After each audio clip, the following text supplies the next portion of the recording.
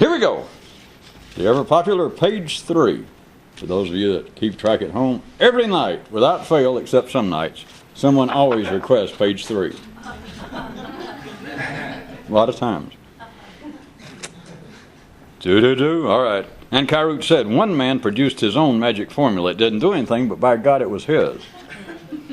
I always like the first ones because, for some reason, Kyroot seems to put them together because the first, I don't know, dozen or so just doesn't seem to require.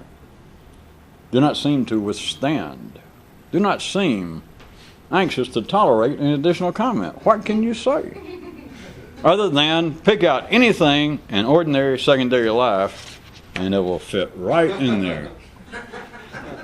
Now, I know important stuff. I have learned from my experience. I have even studied with somebody famous. Famous that.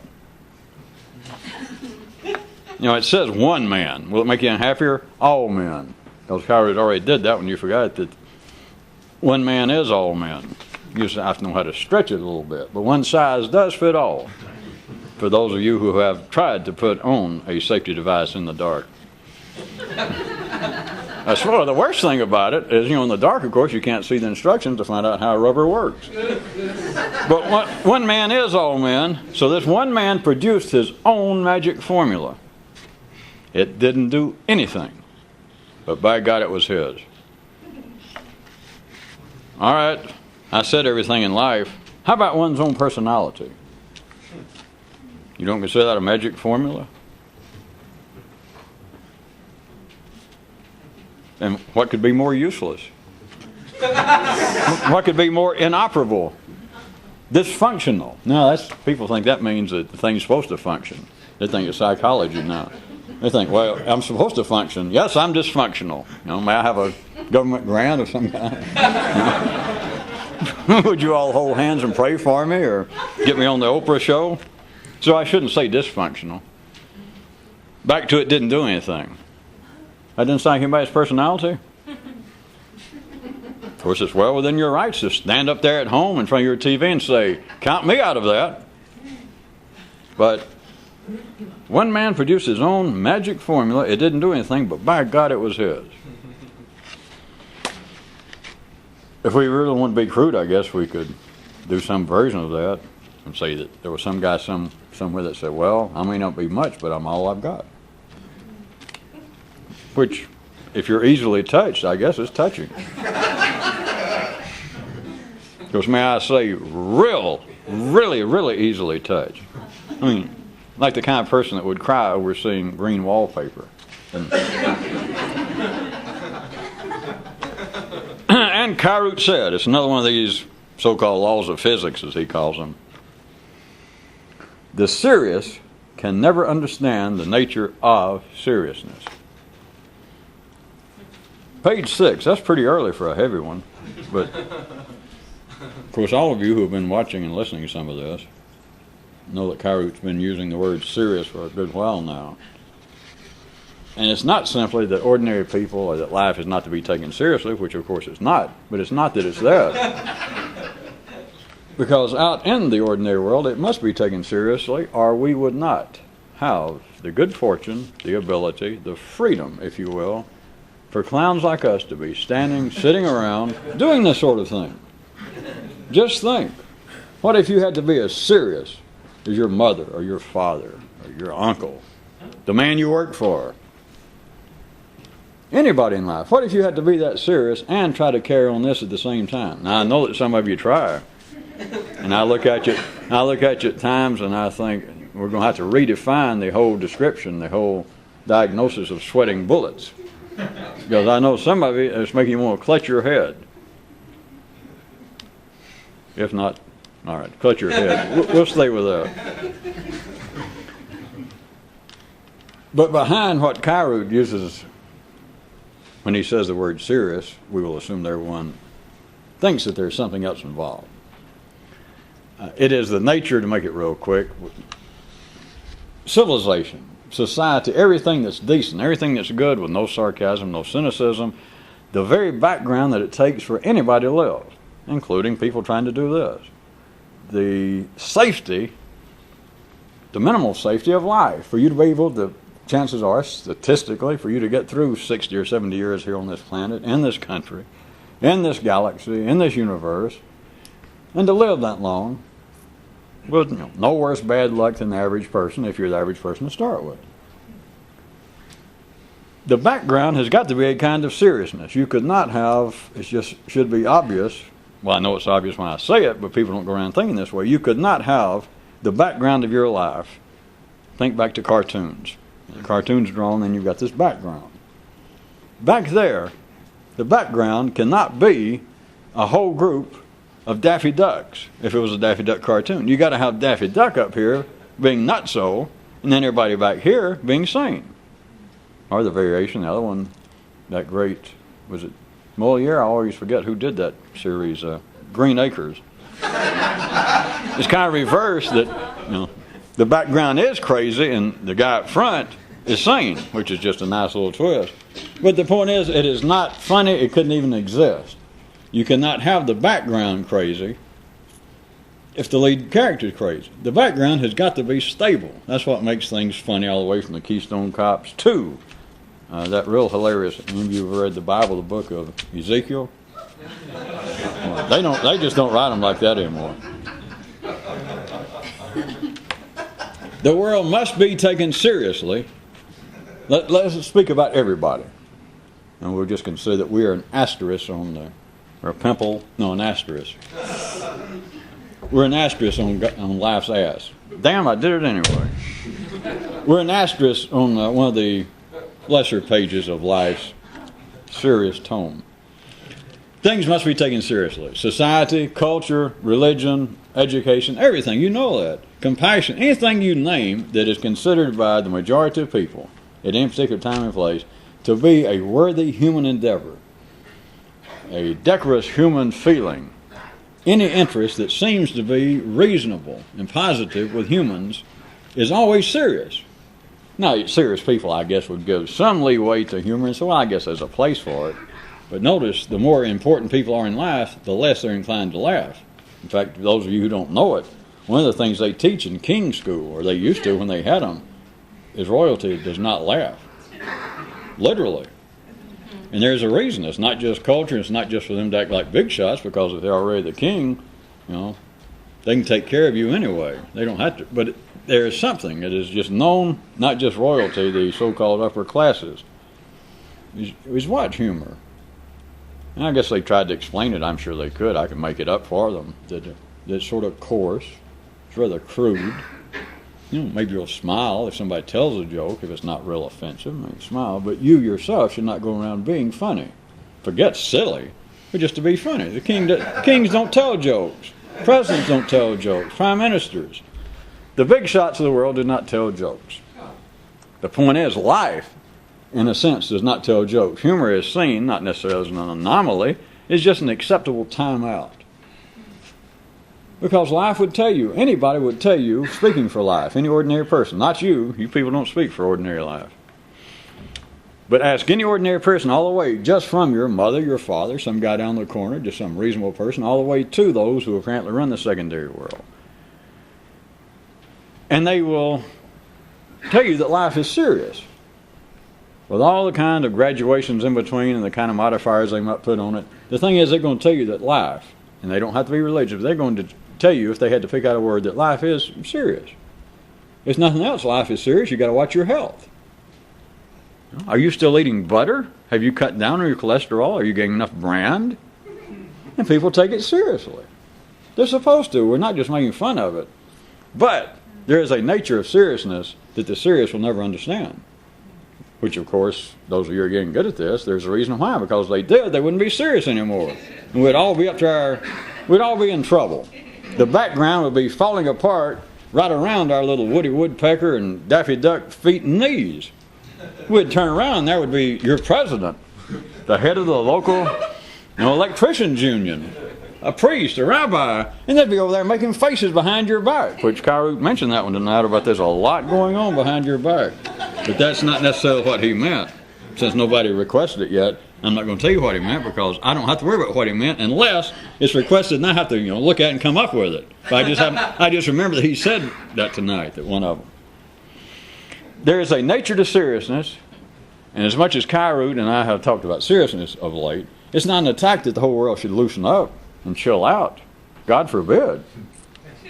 No, people believe, to show you, a lack of seriousness, it's not called this, is a lack of civil order.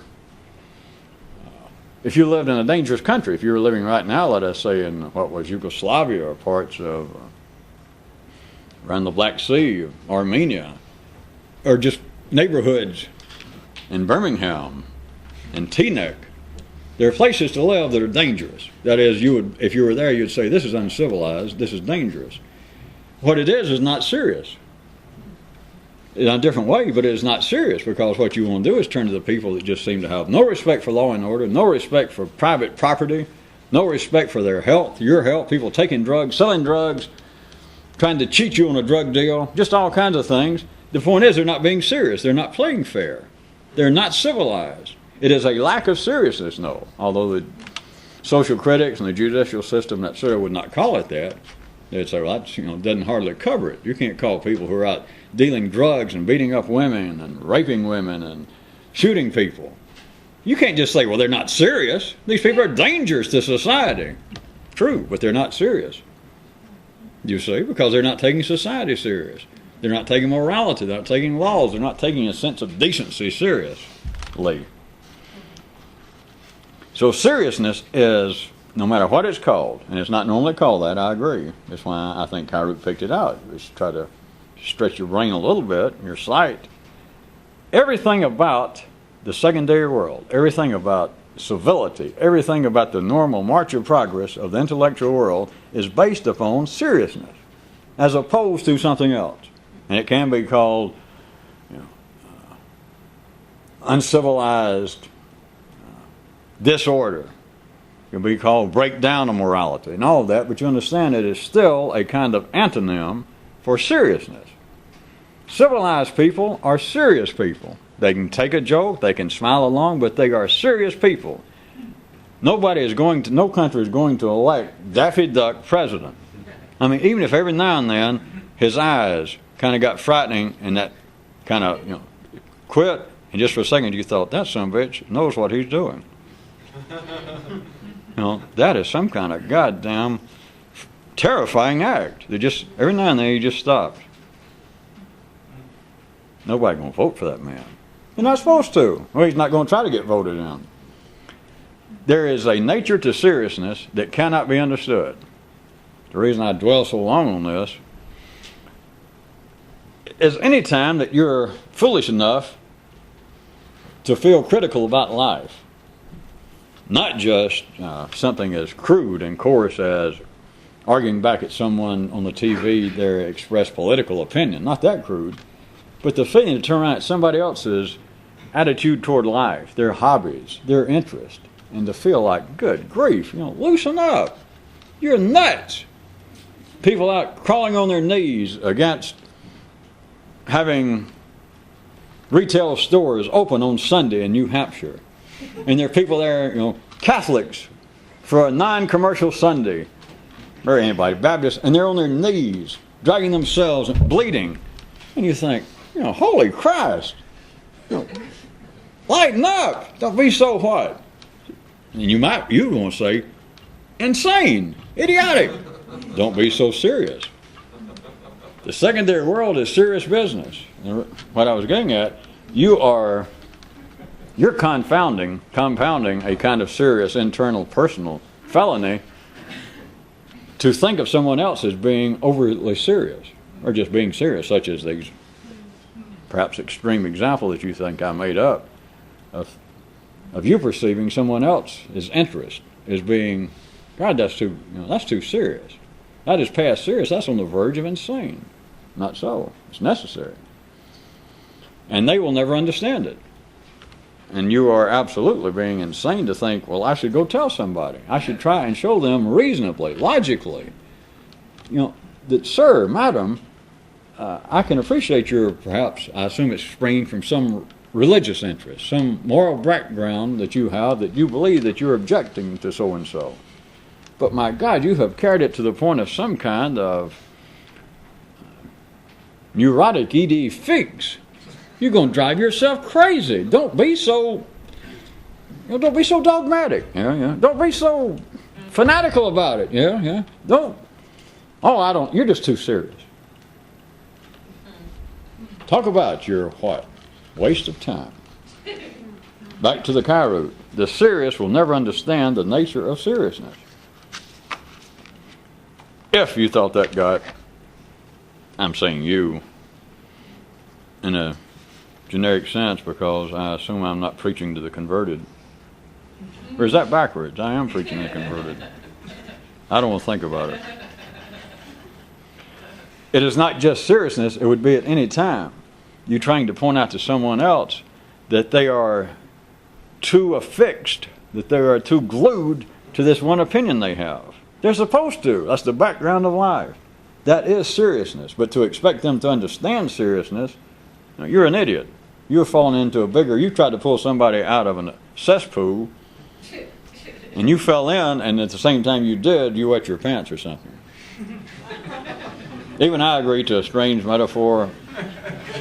You made it worse, put it that way. You tried to pull them out, and you fell in on top of them, and you were carrying a load of manure. You follow? I'm not sure.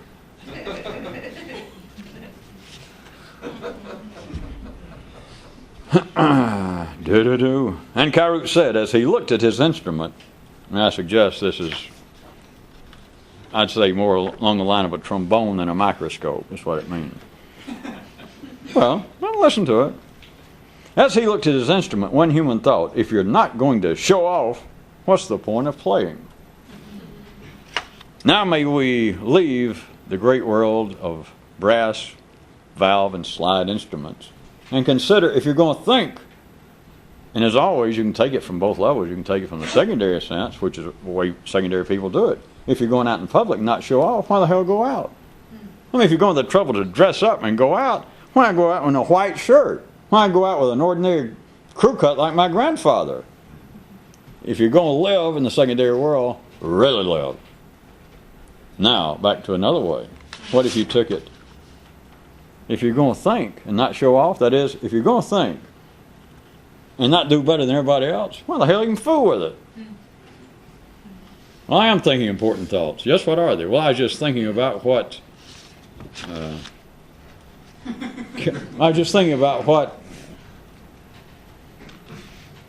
Schopenhauer had to say about the nature of evil. You call that thinking? Well, yes, I call it thinking. You ever tried to read that bastard's work? Well, I agree. I agree. It's somewhat verbally viscid. It's hard to read. But you call it thinking? That you're now pondering what he thought? Yes, I do. Of course, we don't have to ask that person if they're serious. If you're going to think what everybody else thought, and don't, as you know, don't waste your time saying, well, I'm thinking about it, but I don't agree with him.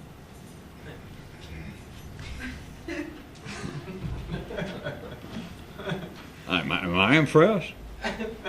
That is not showing off. You call that using your brain? Well, I do. Because for years I was a conservative.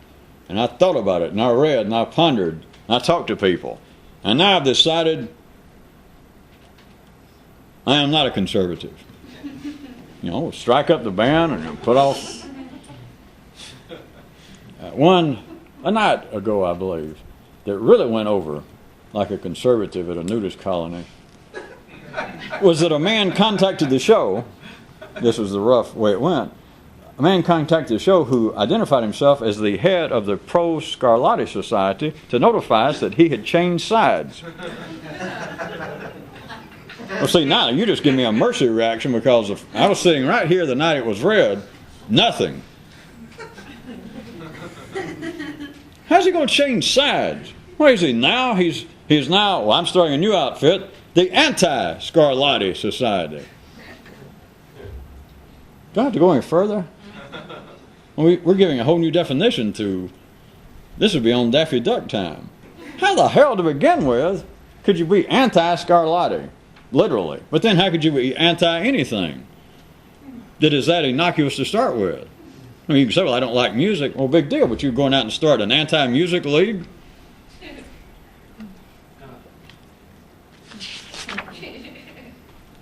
If you're going to play, said the guy looking at his instrument, and you're not going to show off, what's the sense in even playing? Well, I'll leave it to you. If that sounds too weird, then consider it does have to do with you and your zither. And I'd appreciate if you and your zither would keep your distance. There's a time and place for that, sir. And it's not in this lifetime or on this planet. Of course, I stole that from Kyroot. I think that's what he said to a man about him and his accordion.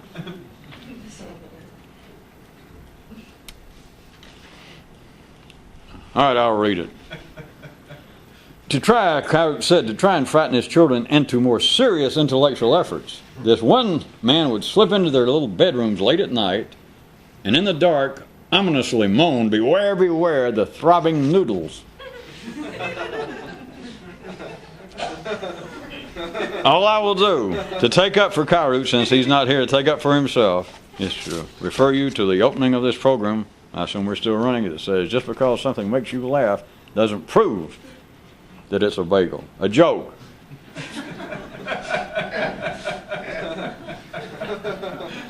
Serious intellectual efforts and throbbing noodles. No, well. Because you notice, I got a nice way to weasel out. When somebody requests one, and I look at it and I think, I don't know what it means either, then I say something like, well, is that self-evident or what?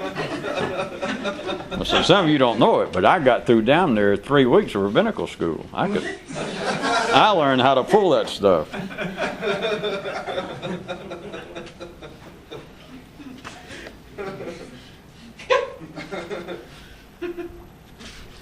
Okay. And Kyroot said, the head of the company announced, forget additional research, we'll go with what we've got. Unworkable. It started to be fake. I happened to see the original. Unworkable, quote, artificial intelligence is good enough for me. Everybody knows about them working on artificial intelligence. Kyroot's even, I think, mentioned once before. The real good humor, the good chuckle amongst those who are not serious whatsoever is not only the problem that they can't seem to really get artificial intelligence up and running good. Never mind all that, see. Because there's a Kyroot last time that nobody asked about, that when things begin to run downhill, many people see them as, in fact, starting up. Not starting up, but starting uphill. They don't have artificial intelligence working to suit anybody who writes about AI. That I know, well, I know it's true. Won't cop out. No one who writes about it, who are the experts, those who made it up, who now criticize it and write about it. They made it up, the idea. All right. According to them, they still have not gotten there. All right. But has that stopped things from progressing as though it had? Not on your Aunt Nellie's life. Because now you have people warning, serious warnings. Forget the ozone and polar bears coming into Seattle and Walla Walla, which supposedly has something to do with global warming. I'm not sure what. But there are now people with dire warnings, which is the only kind you ever hear out in public, is dire warnings about what will happen if we finally, which we're obviously on the verge of actually creating artificial intelligence to match man's, but then the danger, they say, all right, hold it right there, because you keep saying you're that close, and us serious critics are taking your word for it.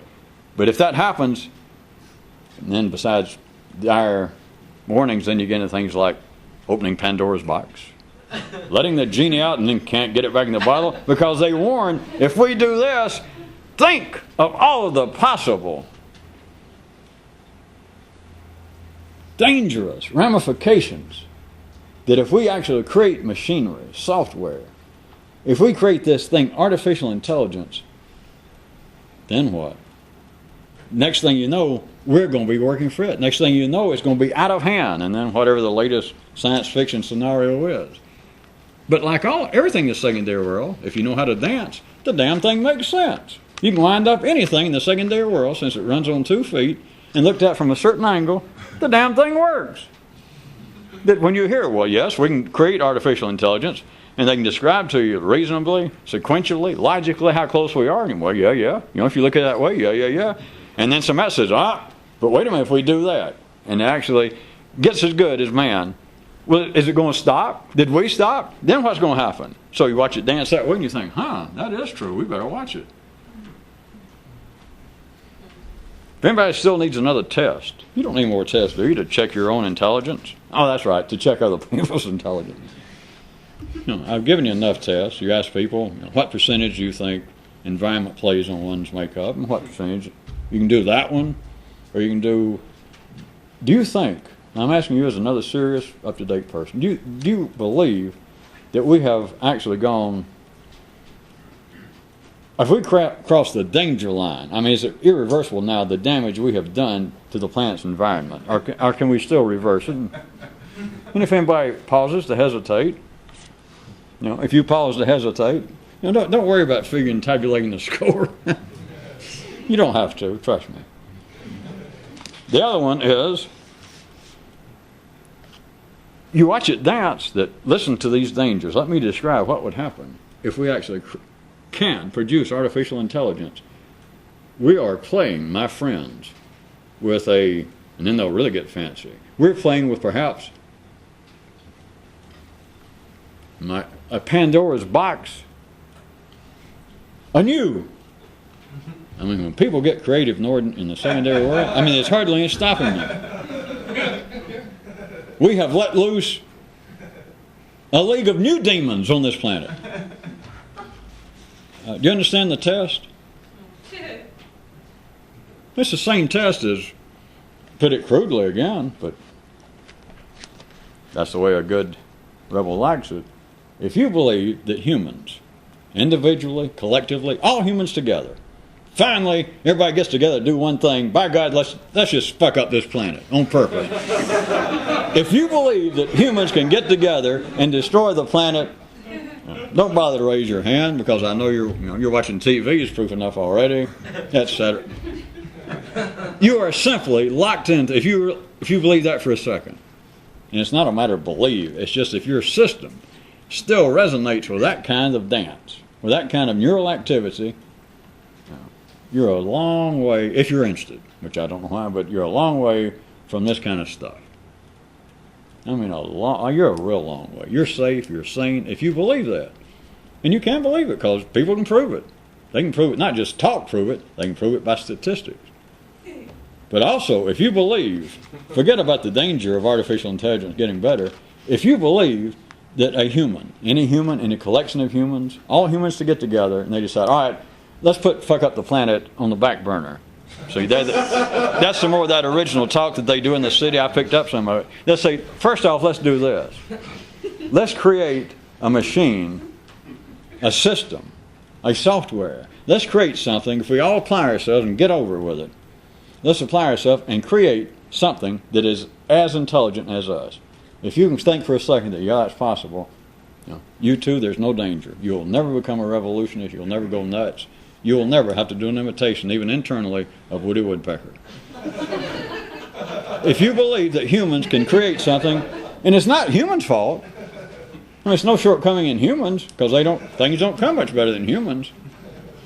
Well, they come better, but not that you can see. But if you think that humans can create something, they're equal. You can hold your hand and say, well, I don't really know that, but I've got an answer to your first one. I think that it's about 60% environment and 40%. Oh, okay. As long as you're paying attention, is all I wanted to know.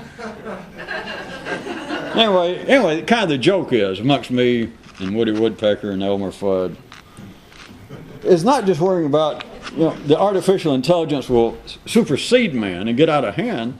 It's believing that they're going to do it. There's nothing wrong with it, even though I went to all the troubles to do a gesture. There's nothing wrong with it, because it's just still the promise of tomorrow. That, we'll get this thing figured out. what the ordinary world is about. That's what keeps it running. The ordinary world, in fact, if I present this in some kind of way, if things were suddenly in some kind of, what do they call it, some kind of funny time warp or some kind of weird, and that suddenly a group of people heard just what I said, they could go, wait a minute, you're right. Did you know, by God, it is possible that you are literally correct, that there's no way, and somebody might go, in fact, I almost feel an equation trying to get in my brain, that I can almost see that it may be literally impossible for X ever to be able to reproduce X. For a human to ever be able to reproduce anything its own equal. God. But then what would they do? They say, well, I'm going to have to think about it. I'll discuss this. I got a friend that thinks along such lines. I have a friend who one time beat up, what's his name? Newman. We're out by